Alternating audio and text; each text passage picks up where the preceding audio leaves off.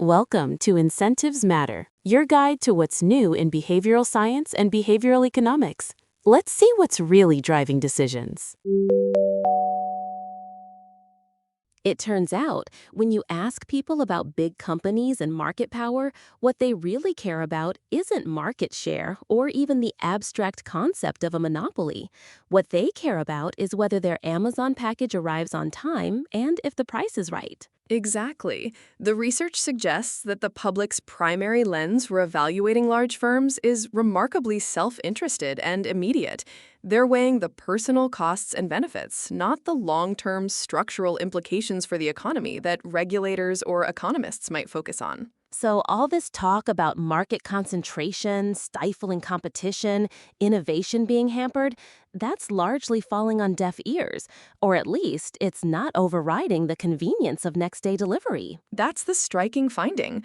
Even when directly confronted with the idea that a company might be a monopoly or that it might be harming competition, people consistently prioritize their own immediate consumer experience: price, quality, product choice, and convenience. That's fascinating because it runs counter to what you'd expect from the prevailing rhetoric around antitrust. It implies a fundamental disconnect between the public's perception and the concerns of policymakers. It really does. The paper delves into this by showing that the monopoly mindset, as they call it, isn't about market structure in the abstract. It's about what that structure means for the individual as a consumer.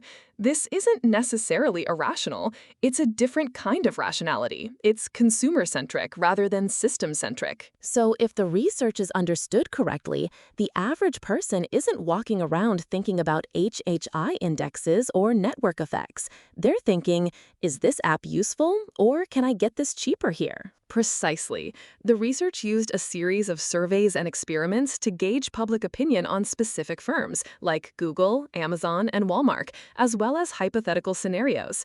They found that even when the word monopoly was explicitly used to describe a company, it didn't automatically trigger public alarm or a desire for intervention.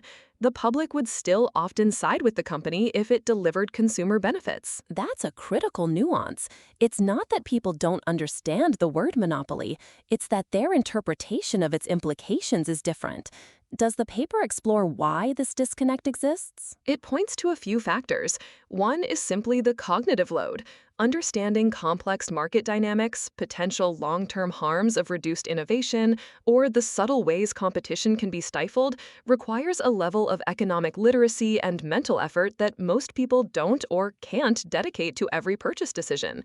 It's much easier for consumers to evaluate, is this product good for them right now? It's like asking someone to critique the physics of a car engine while they're trying to decide if the car is comfortable to drive and fits in their budget. The immediate utility often trumps the complex underlying mechanics. A very apt analogy. The immediate, tangible benefits are salient. The potential abstract harms, which might manifest years down the line, are discounted or simply not perceived as relevant to their personal transaction. For instance, if a company offers free shipping and a wide selection, the potential long-term harm to smaller retailers might not even cross the consumer's mind, or it's simply outweighed by the immediate convenience. So even when presented with arguments about harm, like this company harms innovation or this company exploits workers, if the same company also delivers on price and convenience, the public might still lean towards tolerating it? That's exactly what the studies show. They presented participants with trade-offs. For example, a scenario where a large firm, described as a monopoly, either offered lower prices but harmed innovation, or had higher prices but fostered innovation. A significant portion of respondents consistently chose lower prices, even at the stated cost of reduced innovation. The immediate personal financial benefit was a stronger driver. That's a really challenging finding for antitrust advocates, isn't it? If the public doesn't feel the pain point, how do you build a consensus for policy intervention? It absolutely is. The paper suggests that simply labeling a company a monopoly isn't enough to sway public opinion toward intervention.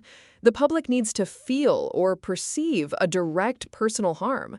If the benefits are clear and personal, and the harms are diffuse, abstract, or long-term, the equilibrium shifts dramatically. What about the way these questions are framed? Does that make a difference? If you explicitly ask, should we break up this monopoly versus do you like low prices? Framing is crucial, and the research highlights its impact. When the questions were framed around specific benefits, e.g., this company offers a wider range of products, versus specific harms, e.g., this company has too much market power and abuses it, the responses shifted. But even when the negative framing was explicit, the consumer benefits often still won out. The author suggests that the very definition of harm in the public mind is often about personal economic detriment, not systemic market structure. It implies that the public's understanding of harm is much narrower than an economist's. An economist might see the harm in a reduced number of startups or a lack of alternative options, even if prices are currently low. The public sees harm as their bill went up or they can't find what they need. Precisely. One of the experiments specifically contrasted two arguments about a hypothetical dominant tech company. One argument focused on its convenience and low prices, the other on its stifling of startups and reduced innovation. While some respondents acknowledged the innovation concern, the convenience and price argument often held more sway. This suggests that the perceived value proposition for consumers is extremely potent. Are there specific types of companies or industries where this monopoly mindset is more pronounced or less so? For instance, do people feel differently about, say, a utility company that's a natural monopoly versus a tech giant? The research primarily focused on major consumer tech and retail companies, the ones that are most salient in daily life: Amazon, Google, Walmart. It didn't deeply dive into regulated utilities, which often have a different public perception due to their essential nature and historical regulation. But the core principle seems to apply broadly. Where there are clear, perceived consumer benefits, the public is more tolerant of market dominance. So, if a company is providing a service that people feel they need and it's delivered efficiently and affordably, they're less likely to be concerned about its market share, even if it's 90%. That's the takeaway. The public often judges companies on their performance for the consumer, not their structure in the market. Think about search engines. Google has a dominant market share, but for most users, it performs its function exceptionally well. The benefits are clear, quick, relevant results. The abstract harm of reduced competition in the search market is just not as salient to the average user. This makes campaigning for antitrust action incredibly difficult. You're effectively asking people to give up something they value, be it convenience, low prices, or specific features, for a hypothetical future benefit that they might not fully grasp. It creates a significant hurdle for policymakers. The paper highlights that simply educating the public about market concentration might not be enough. The messaging needs to connect the abstract economic harms to tangible, personal consequences that consumers can understand and relate to. Otherwise, the immediate benefits will almost always win the day. So instead of saying, this company has 80% market share and that's bad for competition, perhaps the message needs to be, because this company has 80% market share, in 5 years, your options will be fewer and your prices will be higher, and you won't have that innovative product you didn't even know you needed. That's precisely the shift in communication strategy that the research implies.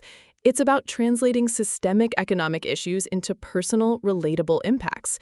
For example, instead of focusing on Amazon's market power in e-commerce, it might be more effective to highlight how their practices lead to fewer unique products being available, or how they might eventually raise prices once alternatives have withered. It's about making the abstract future concrete. And that's a behavioral economics challenge in itself, isn't it? Bridging the gap between immediate gratification and long-term societal benefit.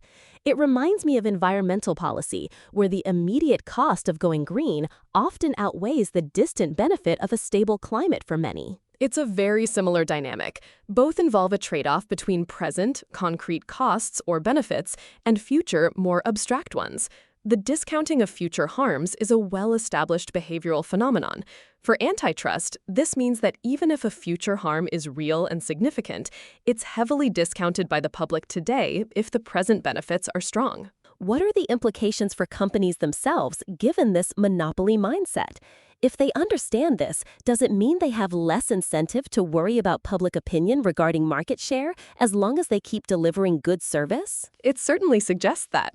As long as they are effectively meeting consumer needs, offering competitive prices, good quality, and convenience, they are likely to maintain public support, or at least public indifference to their market dominance.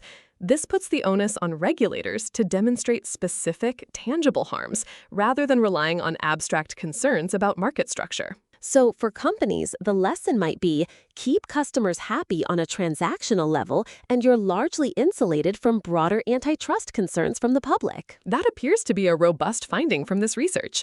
The public acts as a pragmatic consumer, not a market theorist. This research really challenges the assumption that the public inherently dislikes monopolies. It's not the label itself, but what that label means for their everyday life. It reframes the entire conversation around antitrust enforcement and public perception. The battle isn't just about economic theory, it's about framing, communication, and demonstrating concrete consequences for individual consumers. So, what are the key takeaways for anyone trying to understand market power or even influence policy in this space? First, the public evaluates companies primarily through the lens of immediate personal consumer benefits: price, quality, convenience. Market share or abstract notions of monopoly are secondary. And second, simply labeling a company a monopoly isn't enough to trigger public demand for intervention if the company is still providing perceived value. That's right. Third, when there's a trade-off between consumer benefits and abstract harms like reduced innovation, consumers often prioritize the immediate benefits. And finally, for antitrust advocates, the communication strategy needs to shift. It's less about market structure and more about translating long-term economic harms into concrete personal disadvantages for consumers. Exactly. It's about making the future impact tangible in the present. So, given all this, what does it mean for how consumers should approach their purchasing decisions? Are consumers unknowingly trading away future market health for present convenience? That's the question this research leaves listeners with. Are consumers making short-term, individually rational choices that, aggregated across millions, lead to a less competitive, less innovative market in the long run? And if so, how can that long-term consequence be made more salient in individual decision-making? That's all for this episode of Incentives Matter. Join us next time as we keep unpacking what really drives decisions. Thanks for listening. Choose wisely, or at least know why you didn't.